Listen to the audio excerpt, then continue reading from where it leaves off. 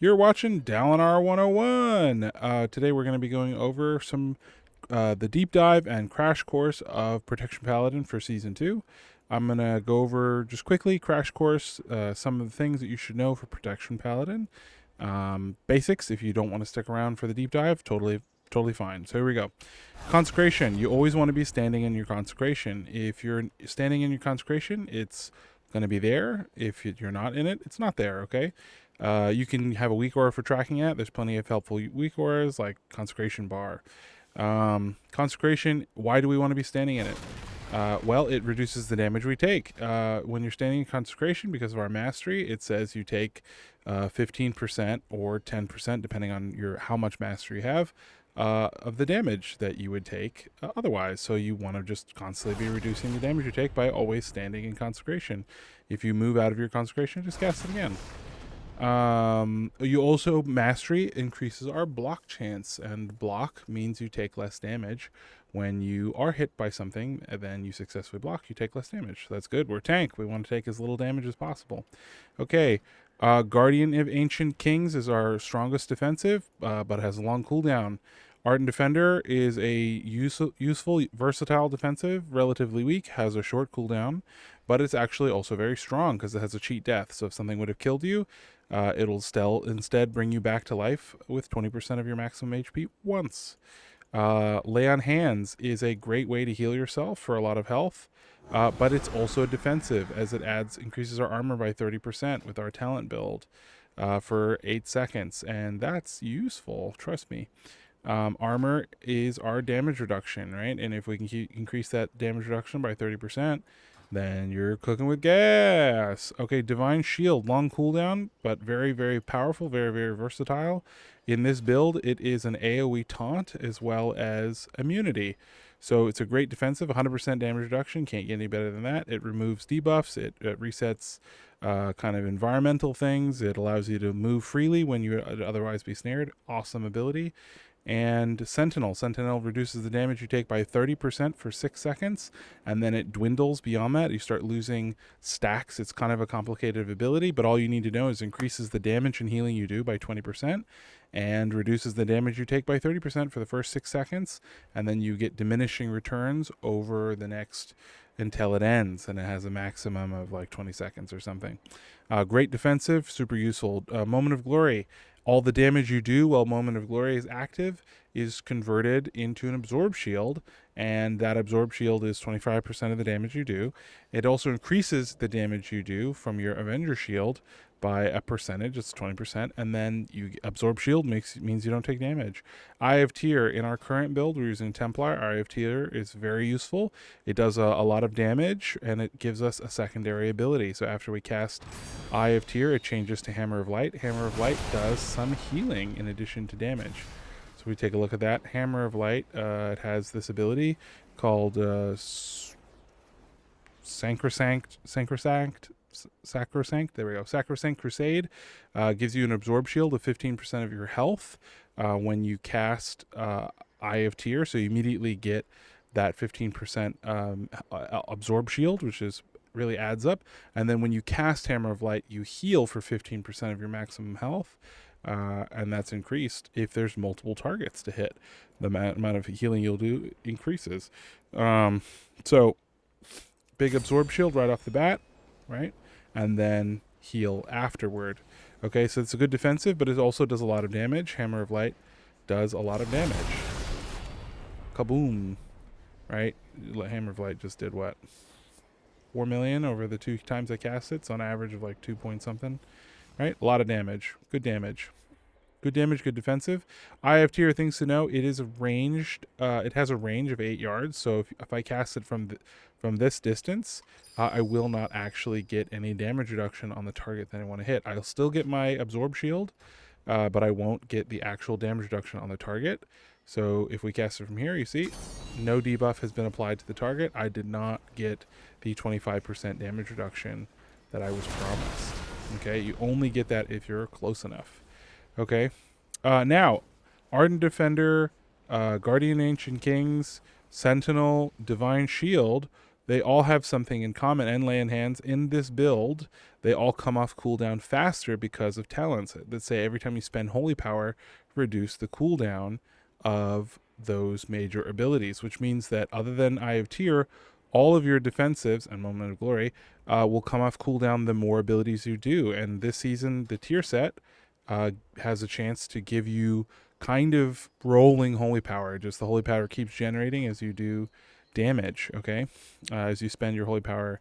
And even if it's a free holy power spender like Divine Purpose, those still count as spending holy power, even though you didn't, and reduce the cooldown of your major defensive. So there's kind of the best time to use a defensive is when you need it.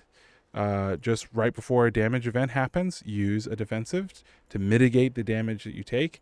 Defensives are always used prior to the damage event, right? So you need, as a tank, you need to familiarize yourself with the damage events and make sure that you're using your defensive before you take the big hits, because if you use it after, that's often too late. If I'm going to get hit for 20 million damage, which is, more health than I have 13 million health right now, I get hit for 20 million damage, I'm dead, right? So it doesn't matter if I can reduce the damage after that, I'm toast. So it's important if I use Guardian of Ancient Kings and then I take 20 million damage, well, I only just took 10 million damage, which means I will have 3 million left and I'm able to use Word of Glory or a pot or be healed by my healer and survive, right? So defensives are before damage, not after. If you're using your defensives after you take damage, you're actually just wasting your defensive because the damage event is over and you likely won't get hit for another big hit again. Okay, that's the really rough, quick, fast, go of it. Now let's go into the deep dive. Okay. So we're going to talk about our major defensives, first of all, and kind of how we want to be using them. I have some clips for you to see of how they work. Guardian of Ancient Kings is really, really straightforward. It is pretty much exactly as it says. You look cool when you go into it. You change into this Guardian. There's actually a glyph that you can go get in Season 2 that will turn it into Queen of Ancient or Guardian of Ancient Queens, and then you'll look like a Valkyr if you're into that kind of a thing. So yeah, Guardian of Ancient Kings reduces the damage you take by 50% from all sources for 8 seconds, which is really nice. Not all tanks have such versatile defensives like Paladin, which almost all of our defensives, barring Blessing of Spellwarding and Blessing of Protection, protect us from all damage types, where where a lot of other tanks have like magic damage or physical damage, and a few that are both, but rarely they're just flat, all damage. And so Prot is really good because it's all damage. Consecration is 15% damage reduction from all damage, right?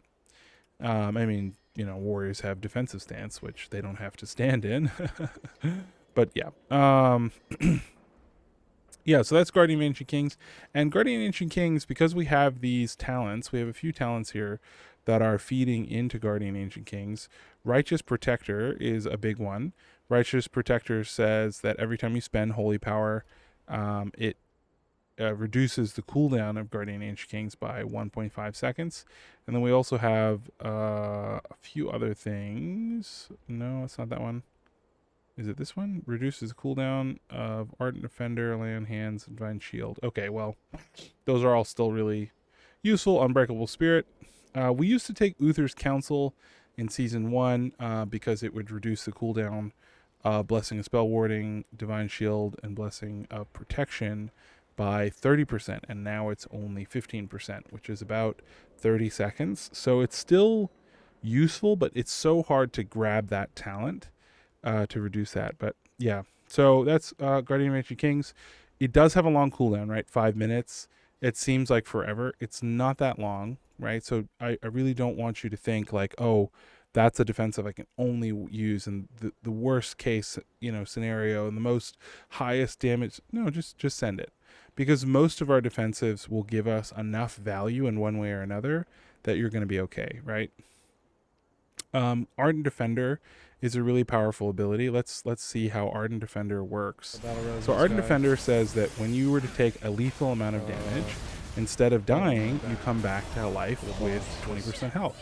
right? So in this clip, you'll see that my health dropped down to 23%. It actually didn't. I did 100% die.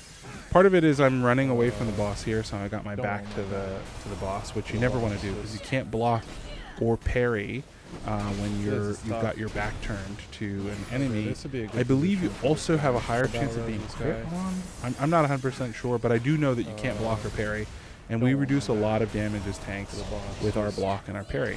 And I'll show you. I really did die here. I also procced, a certain talent, right? I procced this talent right here, the gift of the Golden Valkyr, or Valkyrie, and it says that if I were to drop below 30% health, I become infused with Guardian of Ancient Kings for 4 seconds, and then that goes on cooldown for 45 seconds. So if we look at that clip, you'll actually see when I take the damage that up in that top corner where you see my debuffs, you'll see that the debuff pops up for that 45 seconds, right? So it looks like that could have saved my life, but I actually have moment by moment proof here. So you look 63%, and then my health drops to 1%, which means it killed me, and then goes up to 20%, right? So that literally is 3 frames of difference. It happens really quickly, right? So I knew that I was in a really risky position because I was turning my back to the boss. So I went ahead and cast Ardent Defender because just as insurance, and it turned out I needed that insurance because I did in fact die, and otherwise probably would have scuffed that whole pull, right? Like that, the boss was pretty low at that point. You can see the boss that it's a council boss, but the other boss is like at 8% or whatever. So that would have been really bad had I died there, right? We already had someone dead who was waiting to res. Would have been really bad. But I went ahead and popped Ardent Defender, right? You can see me pop it right before I get chunked, and it saved my life, right? This is tough. So Ardent Defender is a really powerful ability if you use it correctly, right? If you know, oh, okay, I'm about to take a huge amount of damage, right? Amount of damage that would otherwise kill me, then it won't, right? Like I have a clip here of me dying because I don't have a defensive available. It's actually kind of a trick question here that I don't have a defensive available. We'll go over that in a bit. But I die there. If I had Ardent Defender up, I wouldn't have died. It would have been at 20% health, and I would have had time to either drink a potion, lay on hands, divine shield, word of glory, whatever, just to get my health back up in order to not die, right? So Ardent Defender is super powerful if you keep that in mind, right? Because 20% damage reduction is not a huge amount of damage reduction, right? IF tier, which is one of our lower ones that a lot of people don't take, like if you're running Lightsmith, right, you pretty much don't take IF tier at all. A lot of builds. I tend to grab it because I like to have as many defensives as possible. So I tend to push like the maximum, keys that I can, like dungeons that I can, content as hard as I can. I try to go as far and as hard as high up as I can, as my gear will allow, right? And so having as many defensives available to me as possible, I find to be really beneficial. But if I'm doing like a lower key, like 8, 7, 9, 10, I might not run IF tier because in Lightsmith, because it doesn't really have too much value, and I can be picking up damage talents instead. But yeah, my little tangent is there. It's it's only 20% damage reduction, which is definitely valuable. I use it all the time, even if I don't expect to be dying from it. Now, there is a talent you can switch over to increase the damage reduction from our defender if you're not going to be using Blessing of Spellwarding. Like, if you're in a dungeon where there's just really not a lot of opportunities to benefit from Blessing of Spellwarding, like in Season 1, I guess, Necrotic Wake, there's not so many moments where it's super helpful to have. Maybe Stone Vault is a little bit limited in its power, but like something like City of Threads, there were so many really hard-hitting magic events, big damage events that were magic, right? That having Blessing of Spellwarding completely negated. Like the first boss in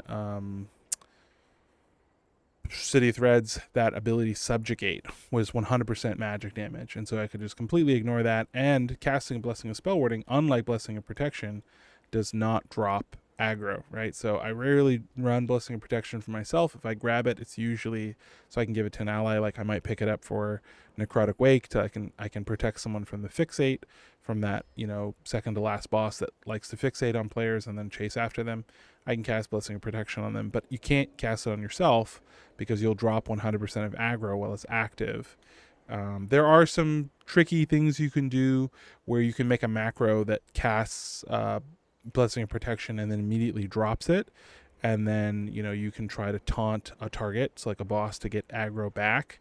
It's very risky because in that time, that like literally like you hit your macro twice, like you hit it once and then it casts Blessing of Protection, and then you hit it again and it cancels the buff immediately, right? Like really quickly. And then you taunt back on the boss. Why would you do that? Well, Blessing of Protection will reset certain debuffs, right? If you have a debuff going in your debuff corner, Blessing of Protection will remove those debuffs. So there's definitely an argument for grabbing that. If, you know, if there's a really nasty bleed in a dungeon and you don't have anyone in your party that can kind of cleanse those bleeds, you might want to run Blessing of Protection and that macro, drop, you know, pop it, drop it, and taunt. It's just really risky because if you have melee DPS, the boss can turn and one-shot one of those guys potentially in that moment. So it's a calculated risk and something I don't advise you try at home unless you know, you put practice into it. You've tried on target dummies and you've really gotten the hang of it, and just be aware, you know, be aware of what you're doing, what you're going for. So that's yeah, we went through Blessing of Protection, Blessing Ardent Defender, and Blessing of Spellwarding. Divine Shield. Divine Shield is really, really versatile, and you'll find that it says it has a 3.5 minute cooldown, right? But with how much holy power you spend, especially this season with the tier set, we'll talk about the tier set more later, but the amount of holy power you're going to be spending, I have a clip actually we can do. You can see me using Divine Shield. The amount of holy power you'll be spending on Divine Shield, which resets the cooldown of Divine Shield, you'll find it's coming off cooldown a lot more frequently than every 3.5 minutes. Back when Uther's Council was, back when Uther's Council was a 30% cooldown reduction, it was a 2.5 minute cooldown for Divine Shield, and I found I set a timer because I wanted to see. I was in a stone vault and I set a timer, and pretty much every time Divine Shield was ready again was 1 minute and 30 seconds, right? Because of the holy power spenders reducing its cast time, like it's you know, it's a duration, right? Like this clip that I have playing right now is less than cooldown thing. Sorry, it's less than 1 minute long, and you can see that, you know, Blessing Divine Shield is already, you know, reducing in this cooldown.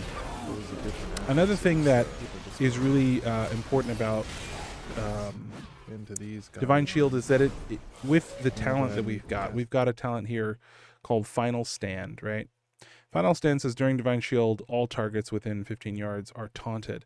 That's every second for the full duration of Divine Shield. So while you have Divine Shield active for the full 8 seconds, every second it's taunting everything within a 15-yard range.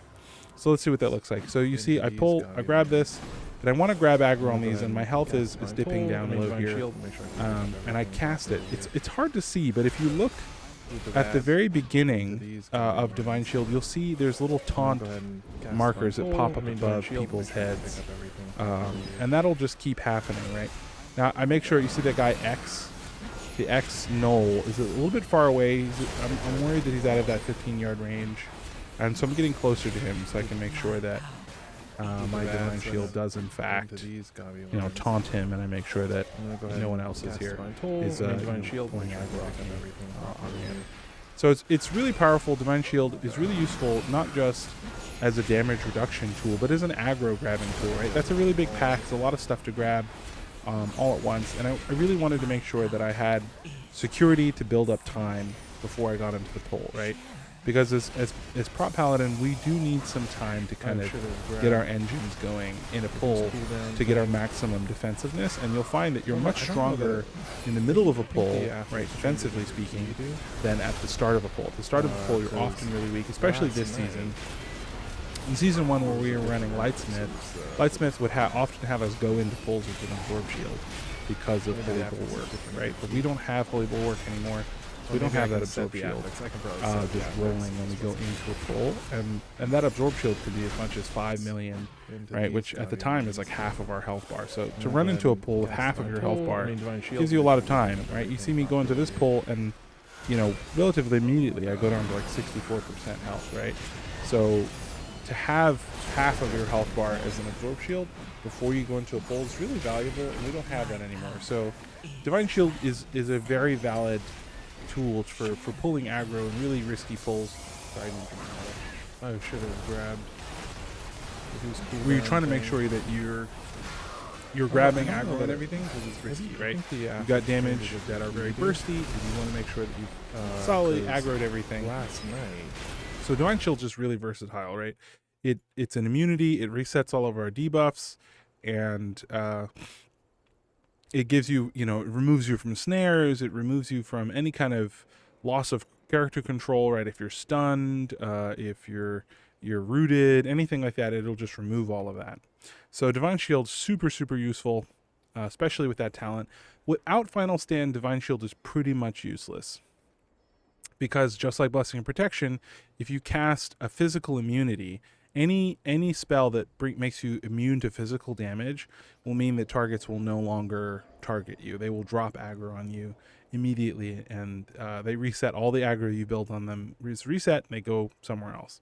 That's true, I believe, for every class, not just Paladin. So Final Stand pretty much makes Divine Shield from kind of useless. Without Final Stand, you kind of can never cast Divine Shield. You'd have to have the same macro that I talked about earlier with Blessing and Protection, and it wouldn't provide you really any value. But with Final Stand, it's really, really useful, and it's actually kind of really good. It's beyond just useful. It's like very, very good. Especially if you run Light's Revocation, which I do. I find that often I need Light's Revocation, and what does Light's Revocation give us? Well, when you cast Divine Shield, you get Forbearance, right? But you also get Forbearance from other things. I need to leave aggro. This little guy is upset at me. I want to show you, you know, the relevancy of being able to cast, you know, multiple things at a time. So let's say I'm in a pull, and something attacks me. And I get hit for a bunch of damage. I'm like, whoa, that was a lot of damage. I wasn't expecting that. And I go ahead and I cast Lay on Hands. I get Forbearance now.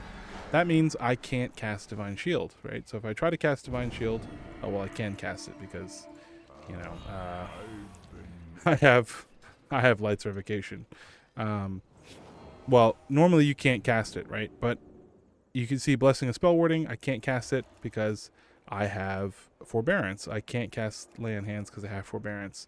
But because of Light's Revocation, I can go ahead and cast Divine Shield anyway. And that's even more useful if you're running with a Holy Paladin, right? If you have a Holy Paladin in your group, Holy Paladins will often cast Lay on Hands quite frequently because they also have talents that reduce the duration of the cooldown for a Lay on Hands. So they'll use it relatively frequently. And if they see, you know, if a good Holy Paladin sees their tank drop below, you know, 30% health, they're likely to use Lay on Hands. Unless it's a Death Knight. So if you get cast Lay on Hands, if you have a Retribution Paladin or a Holy Paladin in your group that is, you know, really group sensitive, really has a lot of group support kind of idea, mindset, then they can't cast Lay on Hands on you when you were planning on using Divine Shield, right? Like, so if we look at this big pull I did here again, I'm planning on using Divine Shield for this pull. I know that I want it. If my you know, healer had been a Paladin and they saw me drop to 60-something% health so quickly, they might get, you know, say I went to 40% health for a second, they might get worried and go, oh my gosh, you know, the tank is taking a ton of damage. I wanna help him out. I'm gonna cast Land Hands. That can kill you, right? Like if someone in your group casts Land Hands on you, and you're not ready for that, that can kill you, because you're like, well, now I have forbearance the next 30 seconds, and I was banking on Divine Shield because I know that there's a big tank buster coming. There's a big, really big damage event for the tank, a tank buster that I know is going to just cut me in half. And if I don't have an immunity, I'm likely not to be able to survive it. And you were betting on that, or you know this pull just has way too much damage for you to survive for a long time, and you're like, all right, I know I'm going to use Divine Shield at this point of this pull, and someone casts Land Hands on you, that's it. You're dead, right? There's nothing you can do. So I really think that there's value. The other half of the thing says, you know, if there's a harmful effect on you, you'll heal for some of your health or whatever. I haven't really found that to provide much value, kind of almost ever. It does here and there, but like you're immune for 8 seconds, which is just, in WoW terms, it feels like an eternity to like generate holy power, you know, and heal yourself. Use a potion, your healer heal you. It's just, there's just so much time to heal yourself that I really don't find that being that useful.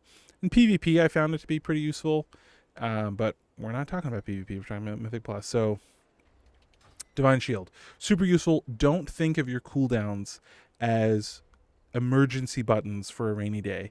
You need to think of them as a part of your rotation as a tank, right?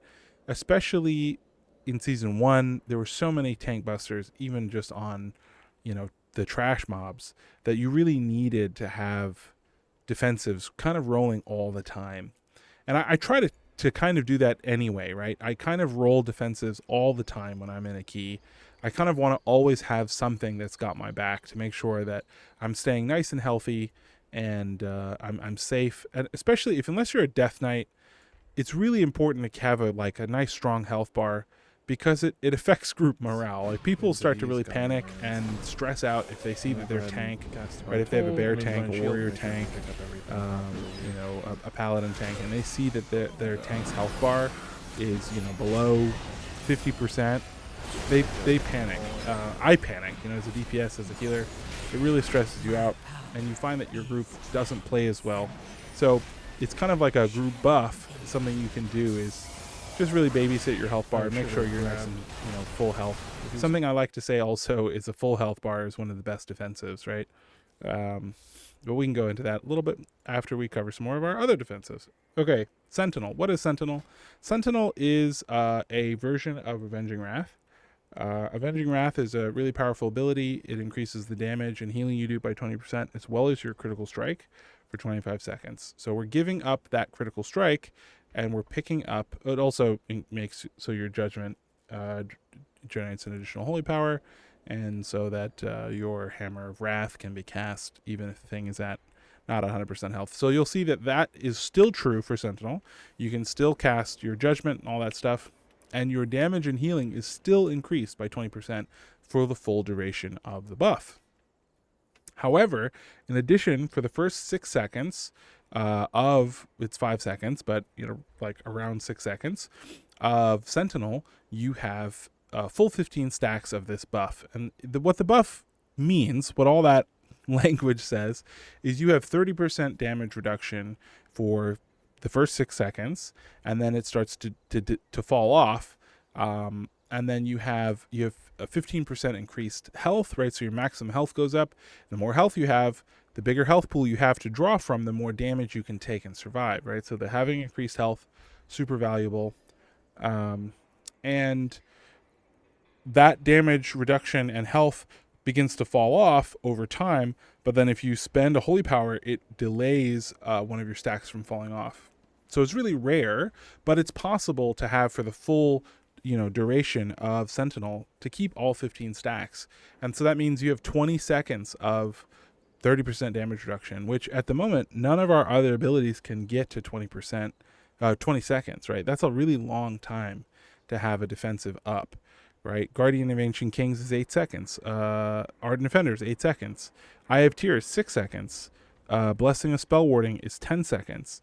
Divine Shield is 10 seconds. Blessing of Protection is 8 seconds for Divine Shield, and Blessing of Protection is 10 seconds. Right, so 20 seconds, or even if it's 10 seconds, it's still one of your stronger defenses, right? That's a lot. And even if you're losing stacks, well, okay, it might drop to 20% damage reduction, 15% damage reduction, right? By the time it falls off, that's still really decent damage reduction. On top of the fact that it's increasing your healing by 20%, right? So if you Word of Glory, it's hitting 20% harder. That makes you a little bit more tanky, and it increases your maximum health. It's just so much value. I think in the beginning of a season, right, when your gear is you're at a disadvantage because your gear is not so great, right? You're not maxed out. You don't have a lot of your best in slot items, right? Sentinel can really fill in a lot of those gaps and make you just give you a much better profile. And you're not even losing that much damage, right? You're losing the 20% crit, but for that duration, but and it is a shorter amount of time, right? Avenging Wrath is 25 seconds, where Sentinel is only 20 seconds. So it's not lasting as long, but you're still getting value. You're still getting that damage and healing increase of 20%. You're still getting the additional holy power from your judgment. You're still being able to cast Hammer of Wrath. So it's not so bad. It's 5-second difference, no critical strike, but a huge defensive that lasts for a long time, giving a lot of health. Just really, really, really useful, really valuable. I can't recommend it enough.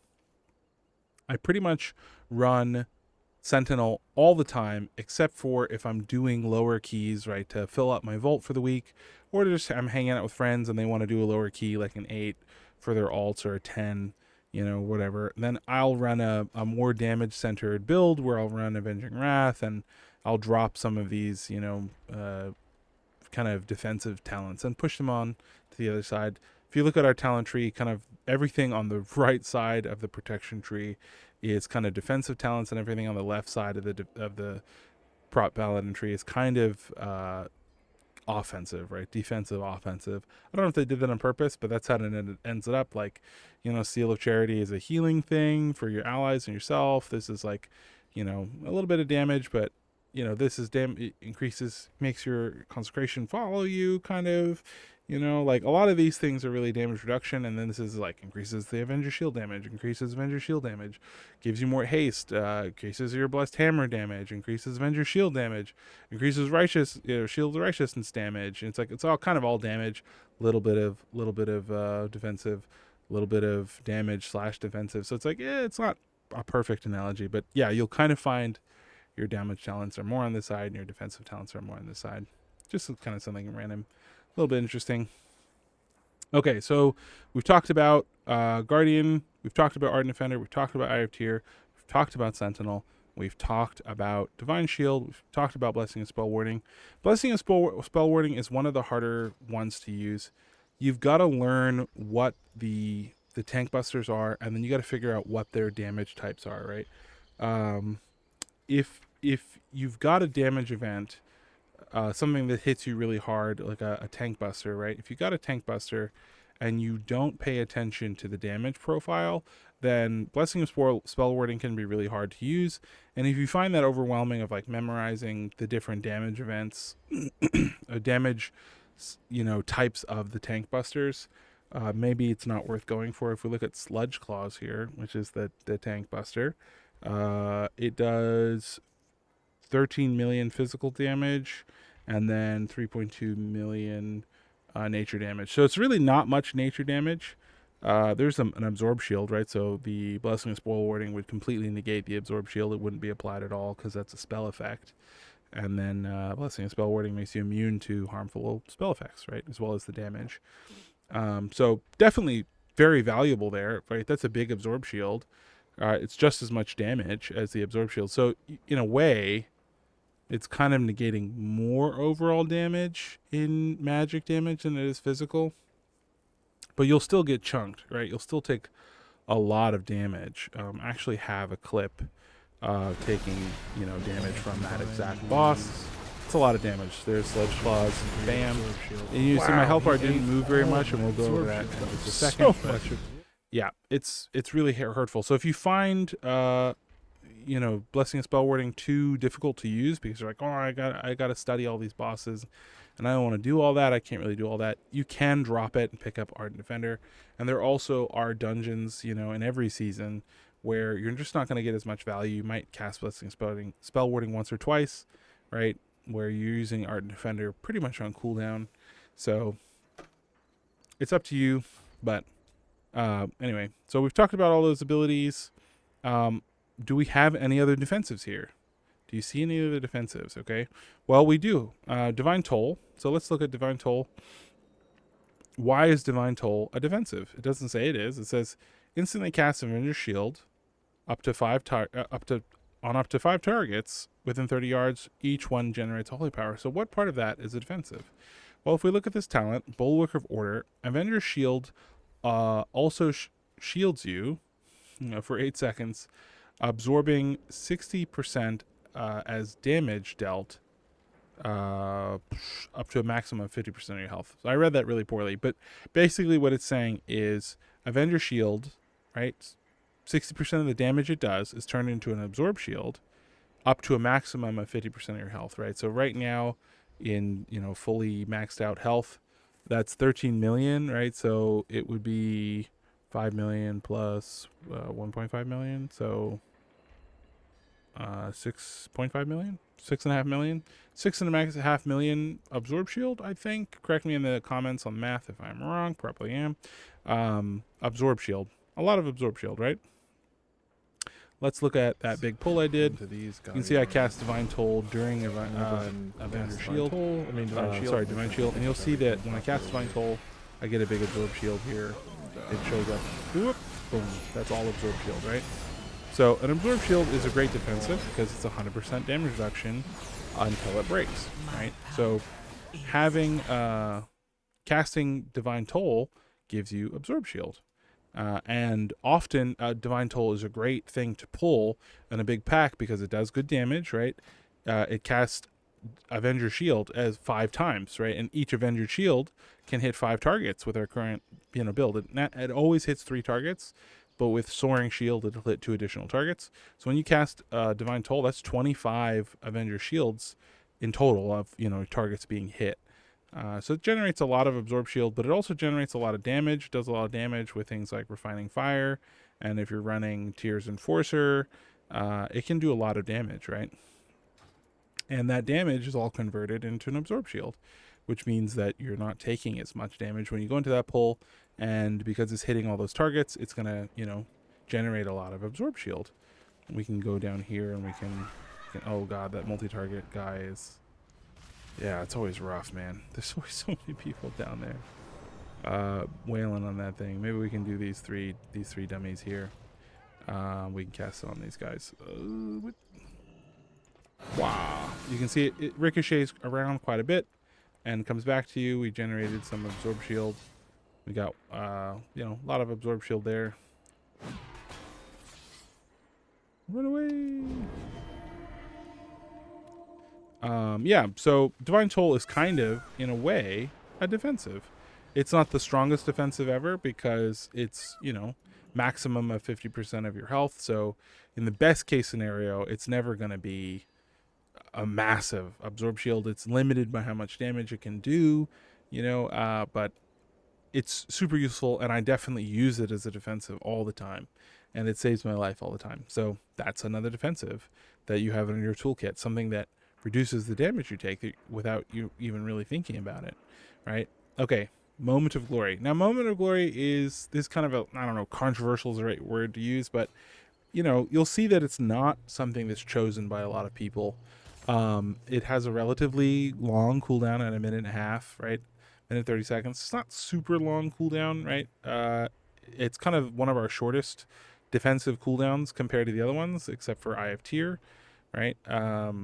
So it's kind of one that is up a lot. We don't have anything to reduce its cooldown duration, right? So it is just 1.5 minutes, 1:30 seconds always, where Ardent Defender pretty much comes up like, I don't know, every 30 seconds you can use it if you're really sending your holy power abilities. So why would we grab Moment of Glory over Bulwark of Righteous Fury, which is what you'll see most people do. You'll see most people run Bulwark of Righteous Fury and not Moment of Glory. Well, Bulwark of Righteous Fury, it just increases the damage you do to your next Avenger Shield, your next Shield of the Righteous, right?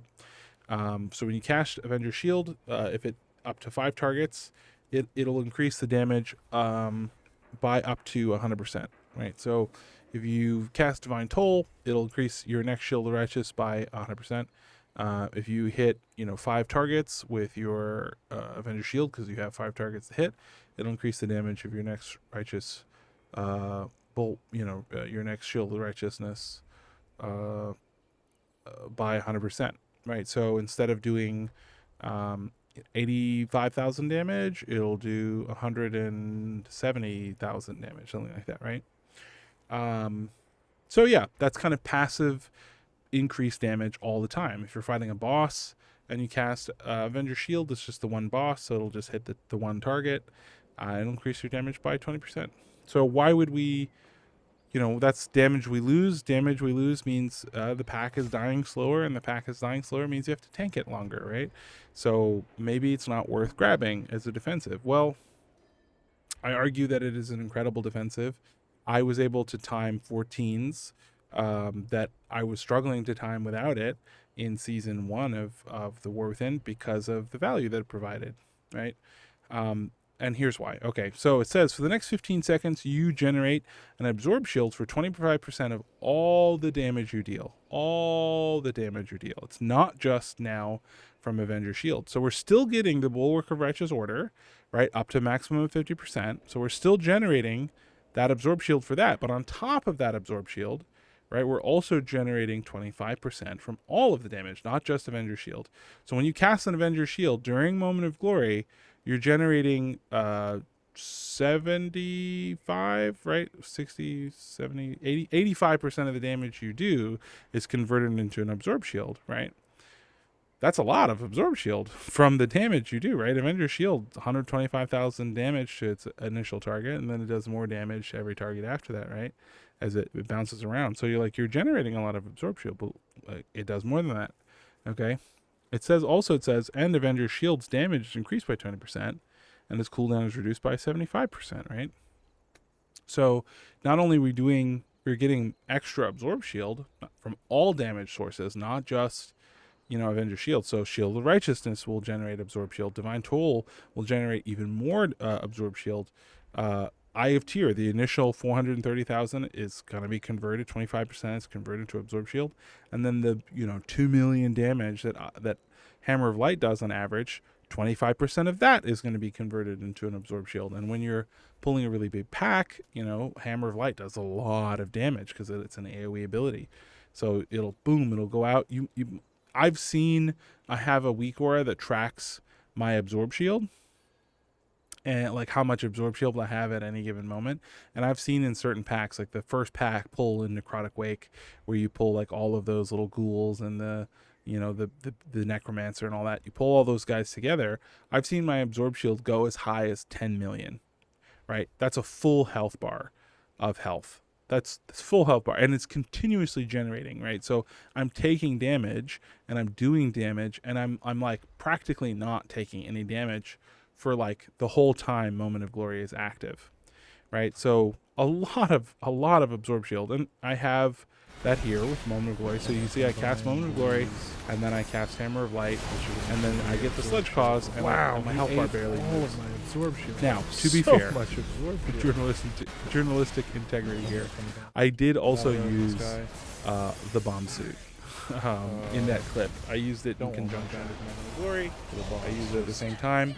And the bomb suit says you get an absorb shield of 11 million for this guy. It's fully maxed out here. Sorry, I thought I was sharing the stream. I was using the bomb suit, which is a trinket from the very last boss of Raid, the new Raid coming up.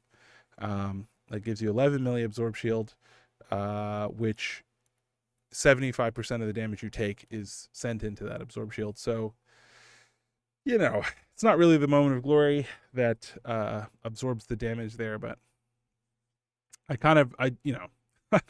it's hard to get every clip. I wanted to try to generate as many clips as I could for this video, and while I was looking through the dungeon run I did there, I was like, oh, okay, what's Wow. I did it on purpose, right? I intentionally cast so much glory combined with Eye of Tyr and Hammer of Light so that I could generate, you know, absorb shield by doing that damage, right? Wow. The 25% of the damage that I was going to do there So much turned into absorb shield to protect me.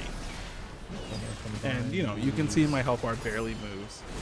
To be fair, the bomb suit also did 75% of that damage, so much. Of course, my health bar barely moved because, well, yeah, right, but still, Moment of Glory is super useful. I've had it save my bacon many times. It also increases your damage, so it's not just a damage loss. Yes, you know, Bulwark of Righteous Fury as a talent will do more damage overall, but it's not by a lot. I simmed Moment of Glory, right, and Bulwark of Righteous Fury, and I found the difference in damage overall, right, in a dungeon slice simulation on raidbots.com. It was 1,000 damage at the end of a key. 1,000 damage, right? That's a really small amount of damage to give up. I give up 1,000 damage and I gain a lot of absorb shield. And I've seen at the end of a key where Moment of Glory ends up being a large amount of my damage reduction. Let's see if I can Operation Floodgate. Yeah, this is where I was the tank. Let's look at my thing here. Moment of Glory did 4.1% of my damage reduction, right, of my healing. This is all just absorb shield from that, right? And that's not including the additional absorb shield that I got from my Bulwark of Order during my Moment of Glory, because Avenger Shield is being cast with a 75% reduced cooldown, which means I get to cast Avenger Shield over and over and over and over, right? So I'm casting Avenger Shield really frequently. My Avenger Shield's doing 20% increased damage, and that's not even going into the utility and the value of Avenger Shield, right? Avenger Shield is so much. Avenger Shield has so much value, right? There's so much value in Avenger Shield because Avenger Shield silences and interrupts the first target it hits. And there's so much synergy that we'll talk about later. So I cannot recommend Moment of Glory enough for the beginning of the season. Yes, it takes more cognitive load, right? It's not just a set it and forget it. You can set it and forget it for Bulwark of Righteous Fury, and you'll do that extra damage, and you won't have to think about it, right? Which is why I think a lot of people like it, because it does more damage on paper, and it also is just a passive, right? I feel like people like to set up their builds as passively as possible, right? And that's fair, right? There's an argument there. Less cognitive load means that you have more mental energy to pay attention to your surroundings, right? And move out of fire and move out of a swirly and dodge a frontal and, you know, heal yourself and use a potion or whatever. So there's an argument to be made for sure, but I found that, you know, working it into my system, and I use it on cooldown. I use it whenever it's available, right? You can see in this big pull, it's already on cooldown because I used it on my first pull, and I probably use it during this pull. I don't know. I don't know how long this clip is, but, you know, I wouldn't be surprised if I ended up using Moment of Glory during this pull. It's just so valuable. It does so much damage, right? And Avenger Shield is just so useful that being able to use it more than you know, once every 12 seconds or whatever is useful beyond literally just the damage that it does, because the damage it does is great, but you know, it also silences it. You know, let's just get into Avenger Shield now. However, I don't know that we're just going to get into Avenger Shield now because yeah, I use it literally as soon as it comes off cooldown. I'm using Moment of Glory again, right? Because why not? I'm getting that big absorb shield. It's doing extra damage, right? I'm being able to cast Avenger Shield much more frequently. Like, why wouldn't I want it? So yeah. All right. So why am I so excited about Avenger Shield? Well, Avenger Shield, like I said, it silences the first target it hits is silenced for 3 seconds, but it also interrupts them. Okay, so what is the big value gain there?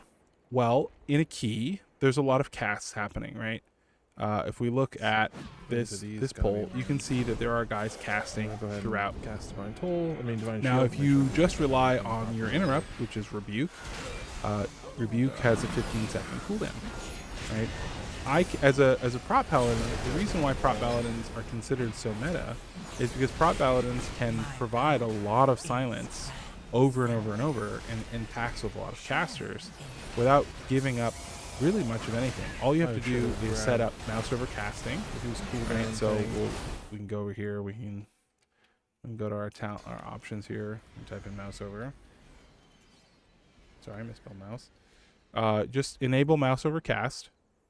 That means like when your cursor is highlighting something and you cast, then it'll target them, right? So I currently have no target. So this is what it looks like when I have a target. Now I have no target, and I mouse over, and I can cast at that target, right? So if I have mouse over cast enabled, and I go into a pull, and then suddenly there are lots of things casting in that pull, I can mouse over those targets and cast Avenger Shield just on their health bar, right? You see all those action bars. Sorry, what it was called? Party frames? I don't know. I can't remember what it's called, but health bars. I can see what people are casting, right, by having those on. So I can mouse over just their cast bar, and then I can silence them. I wish I got that surveying beam there. Just Disney, I guess, staying alive. Honestly, I'm just not used to the key. With more time, like I'll figure out who's casting, and I'll get on top of it, right? This was actually my first time ever tanking this dungeon. Went in on a 10. I don't know. Probably would have been better to go on a lower level, but it's PTR, so it can be hard to find people who want to do lower keys. Go ahead and cast Divine Toll. Anyway, Divine Shield. Make sure I can pick up everything properly. Being able to go into a pack and just silence stuff and interrupt stuff when your rebuke is on cooldown is so valuable, right? That's just so much value. And Moment of Glory gives you an interrupt every 4 seconds, basically, during Moment of Glory. So for 15 seconds, every 4 seconds, you can interrupt something, right? Divine Toll can also interrupt things, and I've used Divine Toll to interrupt things a lot. I would do my first pull of City of Threads in Season 1 has a lot of casters in that first pull there, and I would pull all of them. I'd pull the casters off, like right at the front gate where people normally run around them. I would run around them, but then I would pull them with Avenger Shield. I'd throw my shield at them. It would silence the caster, which, gives me 3 seconds to pull him closer. And then I would keep him targeted, and I would run into the greater pack, and I would cast Divine Toll. And that Divine Toll had a really high chance of silencing the other two casters, but because I was targeting that one caster who was further away, it would interrupt him and then silence him for an additional 3 seconds and force him to walk closer to me and kind of get into the blender that my DPS are, right? So Avenger Shield is super valuable. While you're casting it, you're generating an absorb shield all the time. All right, so you're reducing the damage you're taking, and it does good damage, right? It's also, you'll find that it is kind of your highest, damage source, right? Look at that. Avenger Shield is 21% of my overall damage, with a Refining Fire, which is the dot that Avenger Shield leaves, being 23% of my damage, right? Tierce Enforcer, which is the little damage thing you can add in your talents, is doing... I'm sorry, I was reading the crit chance, sorry. Avenger Shield's 12.8%, Refining Fire 12.6%, and then Tierce Enforcer is 4.3%. So Avenger Shield is a large portion of my damage, right? The only thing outshining it is an Empyrean Hammer. So just an incredible amount of value. Why not more, right? Why wouldn't I want more Avenger Shield? All right, so I cannot state the power of Avenger Shield. Does a lot of damage, generates Absorb Shield. Why wouldn't I want more of that? Okay, you've heard enough of me talk about Avenger Shield. Probably you're exhausted with it. You don't want to hear more about it. I gotcha. Okay, those are kind of our more obvious defensives. That's everything. What's the last defensive? Well, let's look. Okay, so here is a really, really tough situation. I'm panicking here. I've never done this boss before.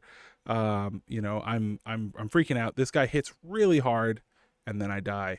I noticed the first time I got hit by him that it almost killed me, and I was afraid of his tank buster ever since. I didn't have time to look up what type of damage it was, but I had figured that it was more physical than magic because I had used my Blessing of Spellwarding earlier and found that it didn't reduce the amount of damage I took by very much, if anything, right?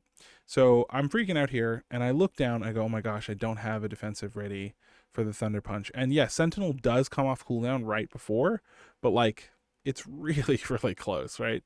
I could have cast it. There was time to cast Sentinel, but what other defensive do you see that's available to cast the entire time, right? Provided that we know that this is mostly physical damage. Let's pull up the dungeon guide here, and let's look at Thunder Punch. Sorry, I need to drink some more water.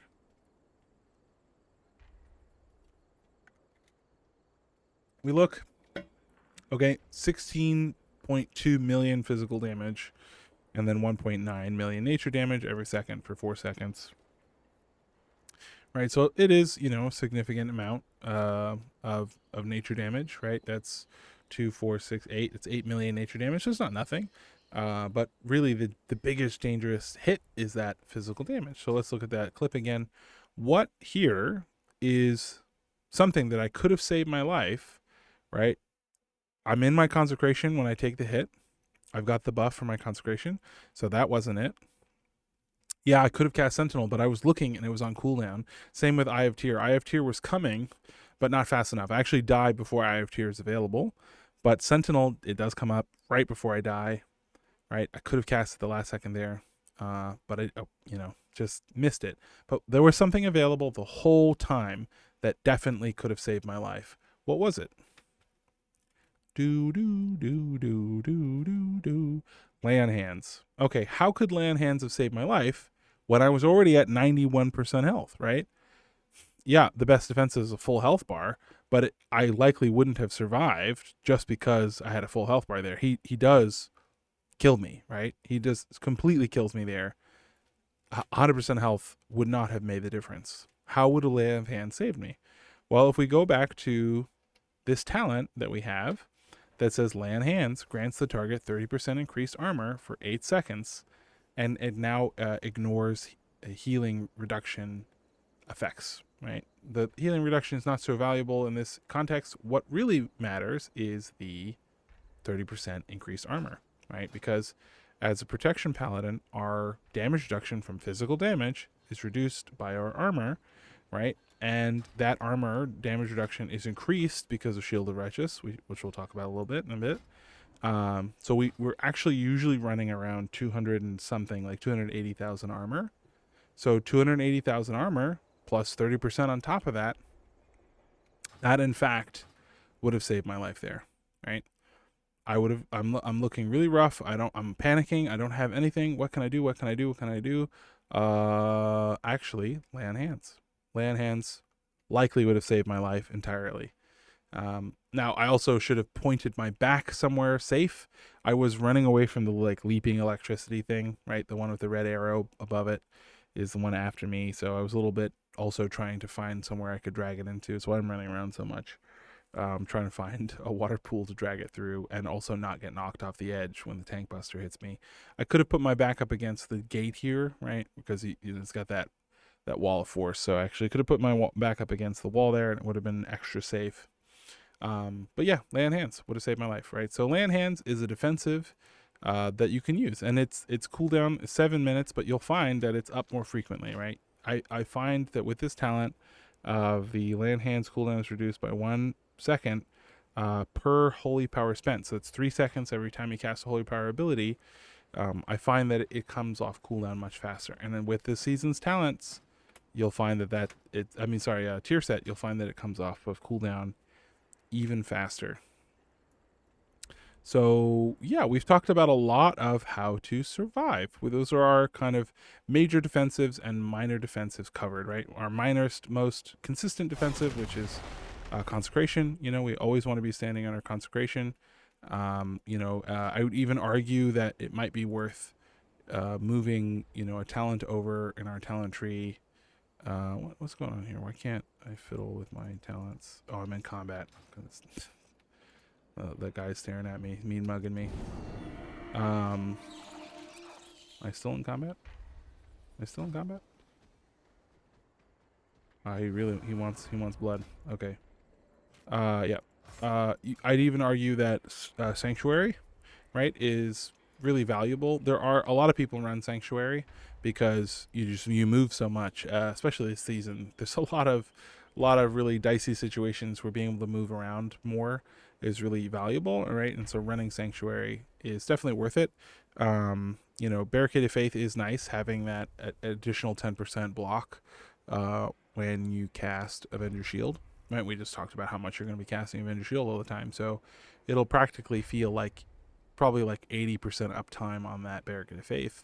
But Consecration is 15% damage reduction flat all the time, right? Or 10% or 11% or whatever, depending on your mastery. But it has like a minimum of like 10% damage reduction, kind of all the time. So that's just really powerful. Why not have that active as much as possible? So Sanctuary is really valuable. Especially as you're getting used to Paladin, and it gives you more flexibility because you don't have to be babysitting Consecration so much and casting it so frequently. So that's definitely something I'd recommend giving a try. If you find that staying in your Consecration is really difficult, I'd recommend keeping Sanctuary in mind, something you can use. Okay, I totally lost my train of thought there. Let's see if I can find it. Let me look at my script. Yeah, so those are, minor defensive. Thank you. Thank you, Brain. Consecration is a minor defensive. Okay. So, Blessed Hammer. Blessed Hammer is damage reduction. It's not a ton of damage reduction. It's really not that valuable. It's not like, oh my gosh, the amount of damage reduction you get from Blessed Hammer is just so incredible. Let's see if we can find it here. Blessed Hammers, right? So Blessed Hammer did 2.5% of my damage reduction in that Operation Floodgate. So not a ton, right? 2.5%, pretty small, but it's also not nothing, right? I'm more than happy to have it. And why does Blessed Hammer give us healing, right? Why does it count as healing? Why is it whatever? Well, it's damage reduction, right? So it says throw Blessed Hammers and that spin around you dealing damage, right? And it can hit one target multiple times, because if you look at the animation, and the animation is real, whatever passes through that animation gets hit, right? So you can hit one target multiple times with Blessed Hammer. So I find that Blessed Hammer in a big pack, every cast tends to be about like 60-ish thousand damage, maybe more depending on the density and how things are moving. But it does pretty good damage, by being able to hit multiple targets. You can see it's 6.2% of my overall damage. So, it's a decent amount of damage because of that multiple target effect. But the damage, and then it says, enemies reducing the damage that they deal to you by 31,000, right? So it'll also reduce the damage they deal to you by like 90,000, kind of ish per cast. But that's times many things. So if you have a really big pull, Blessed Hammer reduces that cooldown by a lot. Blessed Hammer has a really cool effect with Grand Crusade. So Grand Crusade says when you avoid a melee attack or you use Blessed Hammer, you have a 15% chance to reset the remaining cooldown of Avenger Shield. Right, so that's something that you'll see. Avenger Shield's cooldown will pop. You'll see throughout this poll, if you watch Avenger Shields, it'll be on cooldown, and then suddenly it won't. Right, it'll be glowing. Why is it glowing? Why is it off cooldown? It's because of Grand Crusade. Right, so you see right there, there's the two shields next to my personal resource play. Right, oh, came off cooldown again. And why is it doing that? It's doing that because of Grand Crusade. Grand Crusade has a thing in Spamming Vanguard where you can increase the likelihood from 15% to 35%. It also increases your strength by an additional 2%. So, Grand Crusade, in Spamming Vanguard can also be good. But that thing about Blessed Hammer that's really cool to note is that sometimes casting Avenger Shield can reset the cooldown of Avenger Shield because of this talent, Punishment. Successfully interrupting an enemy with Rebuke or Avenger Shield casts an extra Blessed Hammer. So sometimes you'll cast Avenger Shield, and that will proc an Avenger Shield because you successfully interrupted a spellcaster, which casted another Blessed Hammer, right? More damage reduction and more damage done, right? But then also, because of Grand Crusade, it has a chance to reset the cooldown of your Avenger Shield. So casting Avenger Shield can sometimes proc an Avenger Shield and allow you to cast it again, right? So Blessed Hammer is definitely valuable. However, right, in our damage rotation, it is kind of the thing you want to be casting the least, okay? Because Blessed Hammer does kind of the least amount of damage, raw, right? Judgment, 296,000 damage to the target. It also increases the damage that the target takes from your next Holy Power ability by, I think, like 30% or 40%? 40%, right? So the damage of your next Holy Power ability is increased by 40%. So, Judgment just does a lot of damage, right? Avenger Shield, it does a lot of damage. It does 125,000 damage, but it also does more because of Refining Fire, which is the dot that it leaves. So it actually does like 225,000 damage, right? And then if you have Tears Enforcer, then it does even more damage, right? So Blessed Hammer is kind of something you want to be casting kind of the least out of all of your abilities, right? Shield of Righteous does more damage. It does 85,000 damage, but it's also hitting every target in front of you, right? Every target in front of you is getting hit by Shield of the Righteous. So when it comes to your damage rotation, you kind of want to cast Blessed Hammer as little as possible when you're trying to focus on doing damage, right? So it generates Holy Power when you cast it, so you do need to be casting it relatively frequently to be getting Holy Power when everything else is on cooldown. Right, so let's look at sorry, I'm just trying to navigate all my windows here. Let's look at this moment here, and you can see that when I'm looking for things to cast, I'm not casting Blessed Hammer the most. I'm casting a lot of other abilities before I cast Blessed Hammer, because Blessed Hammer just does the least, especially on single target. It really does not add a lot of value, right? So when it comes to trying to do good damage, what you really want to focus on is Judgment, Avenger Shield, Shield of Righteous, Divine Toll, and in Templar, Eye of Tyr, and Hammer of Light. Those are the things that will do a lot of good, valuable damage, especially in single target, but even in multi-target. It's worth it to cast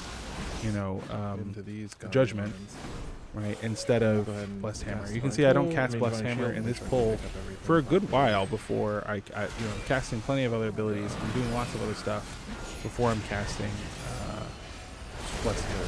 Like I cast Blessed Hammer very infrequently compared to all the other abilities because it just doesn't add so much value, right? You get a lot more damage out and a lot more healing in.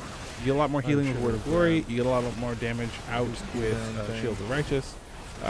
And you have a lot of abilities that generate Holy Power, right? Divine Toll generates 5 Holy Power if you have 5 targets, or 1 Holy Power if you have 1 target, right? Each target hit by Divine Toll generates a Holy Power, right? It says generate 1 Holy Power per target hit. So that's a lot of Holy Power you can be generating, and there's just lots of things. So Blessed Hammer is kind of low on your priority. It's not terrible. It's a good, it's a good cast, right? We saw that it does decent healing, 2.5%. It's not nothing, right? That certainly didn't save my life anywhere, but it did make me feel more tanky, a little bit more, stable, right? And it did 6.2% of my damage, which is nice, right? The bomb suit, that really fancy trinket, it only did 1.2% of my damage. My auto attacks, my melee auto attacks, only did 2% of my damage. My, Authority of the Ancient Depths or whatever, only did 2.4%. So it's like Eye of Tyr. Eye of Tyr itself does, 400,000 damage to all targets, right? All nearby enemies when I cast it. And it only did 4.7%, right? So Blessed Hammer does good damage. It's not terrible damage. It's just relatively low in comparison to my other abilities. So it should be low on your priority list when casting. You don't want to be casting Blessed Hammer over and over and over when you have other things on cooldown that you could be using to do damage, right? Because you're going to be doing less damage and generating less value overall than if you were casting these other abilities, right? Because Judgment does good damage on the cast, but then also increases the damage of your next Shield of Righteousness by 40%, right? So that's just so much more damage that you're going to be doing, especially single target, right, on bosses, right? So you can, it's just so much more valuable. So Blessed Hammer is a good ability, worth casting. It's not a never cast, but it is the lowest priority cast. You want to be casting anything else when it comes to your damage rotation, right? And we've kind of talked about all the other abilities. Eye of Tyr is also a great way to like pick up aggro if you don't have Divine Toll. You're going to a fresh pack. Eye of Tyr, you know, if you can hit everything, because only 8 yards, Eye of Tyr is a great way to pick up some aggro. And then you get Hammer of Light right after, right? And Hammer of Light does a lot of damage, so even better way to pick up aggro. And there's also an AoE, right? So Eye of Tyr is a good way to pick up aggro, but it's also a great damage ability. With Templar, you kind of want to be using Eye of Tyr on cooldown. And there's a buff that you want to be tracking that you want to kind of keep up all the time. So when you cast Hammer of Light, we're going to cast it here. When you cast Hammer of Light, you get something called Shake the Heavens. Right? Shake the Heavens says every 2 seconds for the next 8 seconds, you cast. You cast Empyrean Hammers. Let's jump off here. Let me get out of combat. You cast Empyrean Hammers. What is Empyrean Hammers? Well, you'll see Empyrean Hammers is a large portion of my damage, right? If we look at that Operation Floodgate again, you'll see Empyrean Hammers is 17.8% of my damage. It's the biggest part of my damage by far. It's most of my damage, right, is Empyrean Hammers. So what is an Empyrean Hammer? An Empyrean Hammer is a part of Templar, right? And it's something that comes from Light's Guidance, right? This ability. An Empyrean Hammer is just a damage ability that kind of pops up out of you. And Shake the Heavens is what it's called when you're casting those Empyrean Hammers. Empyrean Hammers can come from other abilities too, I think, right? Like, I think this one, Casting Judgment, increases the damage. Your next Empyrean Hammer. When Empyrean Hammer critical strikes. Hammer of Light calls down 2 Empyrean Hammers. So it looks like it's just Shake the Heavens. Okay, so Shake the Heavens is something that you want to have, ideally, at the end of a key, you want to have 100% uptime of Shake the Heavens. Well, how do you do that? If the cooldown of Eye of Tyr is, 40 seconds with a reduced cooldown of Inmost Light, how do you have a 8-second buff last for 40 seconds? Well, there's another thing called Higher Calling, saying Crusader Strike, or in our case, Blessed Hammer. So Blessed Hammer, Hammer of Wrath, and Judgment extend the duration of Shake the Heavens by 1 second. So while you're in your damage rotation in a key, you want to be casting Judgment and Blessed Hammer, and I think Hammer of Wrath, right? Yep, and Hammer of Wrath, right? So think targets that are below 20% health, or if you're in Sentinel, then you can cast it whenever you want. And then that's going to be able to extend the duration of Shake the Heavens, right? This is also true for Retribution. If you're running Templar, you also want to keep your Shake the Heavens buff up as long as possible, right? So it's the same thing here. Now, it's not adding really any damage reduction value, right? It's not adding any tankiness to be keeping these, Empyrean Hammers falling as much as you can. But damage done to a pack means that the pack doesn't live as long, and if the pack doesn't live as long, you have less damage to take, right? So damage done, in a sense, is kind of damage reduced, because the more damage done, the faster the thing dies. The faster the thing dies, the less damage you have to take. So yeah, you want to try to keep you Shake the Heavens 100% uptime. I mentioned in my How to Holy Paladin video, if you run the personal resource display, which is automatically turned on, a lot of people turn it off. I used to turn it off. Personal resource display. If you don't have weak auras, personal resource display is really useful. We'll go into these guys, start attacking them again. I'll cast it. You'll see on my little personal resource display thing, kind of a weak aura tracking it. That's Shake the Heavens right there, right? And you can see Shake the Heavens cooldown being extended as I'm casting abilities. You can see it's extended, it gets extended, it gets extended. And then I get another Hammer of Light, which we'll go over in just a second. And then, oh, it starts over, right? So you should be able to, kind of in theory, keep 100% uptime of Shake the Heavens by kind of just going through your damage rotation. I'm really not giving it too much thought, but it is something that, you know, keep an eye on. Try to keep 100% uptime on it, because the more uptime you have on it, the more damage it can do. The more damage you can do, the faster things die. The faster things die, the less defenses you need.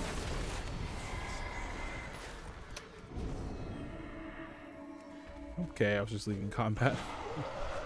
I know it's a kind of a funny way to leave combat here. Let's land. Alrighty. I'm still in combat, huh? Okay.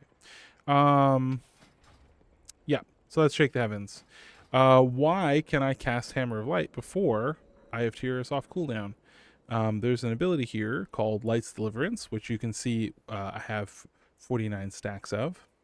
And let's read that. When you gain a stack of Light's Deliverance when you call down an appearing hammer, right? So every time I cast, you know, a Holy Power ability, I'm kind of extending, not a Holy Power, but every time I cast Judgment, Blessed Hammer, Hammer of Wrath, I'm extending the duration, so it's every 2 seconds, right? So the longer I keep Shake the Heavens active, the more stacks I get of Light's Deliverance.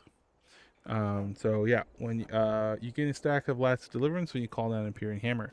While Eye of Tyr and Hammer of Light are unavailable, you consume 60 stacks of Light's Deliverance, empowering yourself to cast Hammer of Light an additional time for free.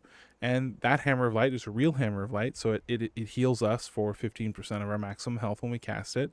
But it also shakes the heavens again, right? So we get a fresh Shake the Heavens back up to 8 seconds, and we can keep it rolling. So it's a good way to, you know, keep yourself alive longer. Oh,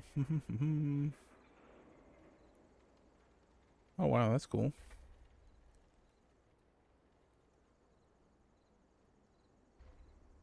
Cool. I'm just reading these.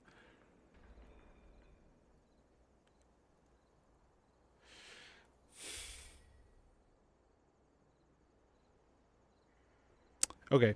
Anyway, yeah, I'm not super familiar with the Templar tree because I've been running Lightsmith for like all of, you know, War Within, so it's a little bit new to me, but I have been keeping an eye on it, and I found that it did increase my damage overall by a lot, by running that. And if you keep that running, that means you're getting your Light's Deliverance 60 stacks faster, right? Which is also tracked on your personal resource display. And that means you're going to be able to cast Hammer of Light, which is a big damage button, but also you're healing, right? With that Hammer of Light, you're healing for more. Right, if we look at Hammer of Light's overall healing, I don't know if we can see it. It might be wrapped up in another ability. It might be in Sacrosanct Crusade. Might be wrapped up in that. So I'm not 100% sure how to tell. Yeah, it's not clear, at least in this breakdown. Maybe if I were using Warcraft logs, we could see it a little better. But yeah, it does more healing. So super useful. Keep track of Shake the Heavens and keep them heavens shook so you can do more damage. Okay, so utility and crowd control. So Avenger Shield, we talked about that really extensively. We don't really need to go into that too much more. But if you think about Moment of Glory, Divine Toll, Avenger Shield is also kind of crowd control in the sense of you're, you know, silencing things they're not casting, right? And that's really effective. Blinding Light is a great ability for interrupting, you know, uninterruptible casts, right? So someone has a cast and the cast bar is, you know, got that gray lockout thing. You can't interrupt it with a kick, right? Rebuke or Divine Toll, and none of those will work. We have Hammer of Justice and Blinding Light. Hammer of Justice stuns the target for 6 seconds. You know, it doesn't work on, I don't know what they call like elites that are, like, I think they call them like captains or something like that. Doesn't work on those guys. Blinding Light doesn't work on those guys either, but if they're just regular mobs, you know, most mobs can be interrupted by these things. So Blinding Light will reset that cast time. Sometimes when a monster or enemy is interrupted, they'll start casting something else, right, immediately after. Immediately after, which sometimes is also really valuable. Right, so those are kind of the crowd control effects we have, is Hammer of Justice and Blinding Light. Blinding Light is 10 yards. It stuns everything. It's a little bit stronger in this season. In previous versions, any damage at all would break Blinding Light immediately. Now it has a threshold, so it doesn't break instantly, even if they do take some damage, right? It says damage may cancel the effect. So it's a little bit more effective now as well. So definitely worth casting. It's also really good for the seasonal affix, right? We have that affix from Zalateth. I can show you that here. Into these Well, it is here, but yeah, probably better here. The ads. I know You'll see that the little orbs start raining down from the sky. And if you stun those orbs or silence those orbs, they disappear. Right, so I'm going to run over throw out a little orbs. A lot See of the orbs are starting to spawn here. Coming down. Wait. And then I cast Blind Light, and they all disappear. Right, so super valuable to be able to grab those. And if it is that affix that week, you might want to, it's not guaranteed, but like you could move over something. So like you could move over, Unbound Freedom and put it into Light's Continence, which reduces the cooldown of Blinding Light by 15 seconds, which isn't a lot, right? Like it's a minute and 30 seconds, like 15 seconds. It's not that much value, right? Well, she casts, Zalateth casts her ability kind of like every minute and 15 seconds, every minute and 10 seconds, something like that. So actually that 15 seconds I found allows me to interrupt it pretty much every single time, all on my own. So you don't have to take on that responsibility. Ideally, everyone in your group has got something they can do to contribute to interrupting those Zalateth orbs. But worst case scenario, you can, pick up Light's Continence and reduce that cooldown and be able to grab every single one. You won't be able to use it for interrupting things in general then, silencing things in general. So something to, kind of balance, try to figure out. Okay, Blessing of Sacrifice. Blessing of Sacrifice is a talent that we can pick up. Most people pick it up because you need it to get access to Divine Purpose. If you don't already have, Blessing of Protection, you got to get there somehow. So most people will use Blessing of Sacrifice. I actually think Blessing of Sacrifice is really valuable, and I use it quite a lot. Let's look at a moment here. So if we look at this moment, you'll see I cast Blessing of Sacrifice on save myself. The rogue. Right, so we're going in here. Boop, I cast Blessing of Sacrifice on the rogue. You can see a little party bar, and you can see his health is a lot more stable, right? Because I'm giving him a defensive of 30% damage reduction. Okay. Right now, 100% of that damage is dealt to me, but because I'm a tank, I don't take very much damage from it, right? Because I have kind of a lot of flat damage reduction, kind of all the time, right? So I'm reducing the amount of damage I take because of consecration, because of my armor, and because of all that stuff. So I'm really not taking that much damage from it. So it's really valuable. I love to cast on my healer. I have a target macro that I have set up. So at the beginning of a key, I'll use the target macro to target my healer. And then I have a macro that gets updated by that target macro, which means every time I cast Blessing of Sacrifice, it always goes onto that target, right? And then, but it also still works with mouse over. So even if I have a target set, if I mouse over someone else, I can still use that macro to Blessing of Sacrifice someone else. But if you really want to make sure, you can just have, 2 versions, the macroed version on your spell bar, and then, just throw out another one that's a non-macroed version, right? Yeah, so that's super valuable. in that group support. Also, Word of Glory. So in this build, I have this talent, Hand of the Protector, and it says that it increases the effectiveness on Word of Glory if I cast on someone else, based on that missing health by up to 100%. Right? So let's look at that clip again. You'll see I cast Word of Glory, I think twice on other people, to try to help them out here, because there's a big damage event coming. You can see people are taking a lot of damage. I cast that Blessing and Sacrifice, and then you'll see me cast Word of Glory. I cast Word of Glory on, I think that's like the Hunter or the Shadow Priest. I don't know. I cast Word of Glory one more time here. I think. Start over. Multiple waves of ads. I cast it once on. I saved myself. Who is that person? Moved on bombs. The Shadow Priest here. So I cast it once there on the Shadow Priest. It's a lot of damage. I push his health up by 30%, and then I cast it again on the bottom guy, who I guess is the Hunter? I don't know. But yeah, I cast it twice there.